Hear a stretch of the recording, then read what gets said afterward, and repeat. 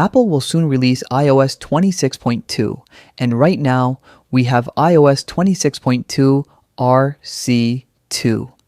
So why did Apple need to push a second RC update?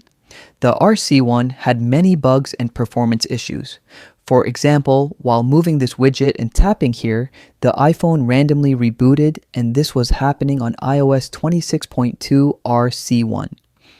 Apple has fixed it with the RC2 update, which is around 500 megabytes in size. So what's exactly new with iOS 26.2? Let's find out. First, we're getting the ability to adjust the liquid glass clock. You can see that if I tap on the clock, I can move this slider and adjust the transparency of liquid glass. This is a cool option being added to iOS 26.2. Personally, I like to keep it somewhere here, which shows some nice shadows and reflections of the background wallpaper in that glass. So, this is going to be the first new feature with iOS 26.2. Next up, we are getting offline lyrics in Apple Music, so now you don't need an active internet connection while listening to music with the Apple Music app.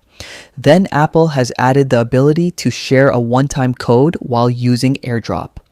You can share a one-time code with people not in your contacts, and in this way, those people will remain in your AirDrop list for the next 30 days. The podcast app can create automatic chapters with the iOS 26.2 update. We are also getting the ability to create alarms within the Reminders app. You can say we are getting reminder alarms, and this way you can never forget to do that important task. Live translations when using AirPods are now expanding to the EU, so people living in those regions can benefit from this iOS 26.2 update.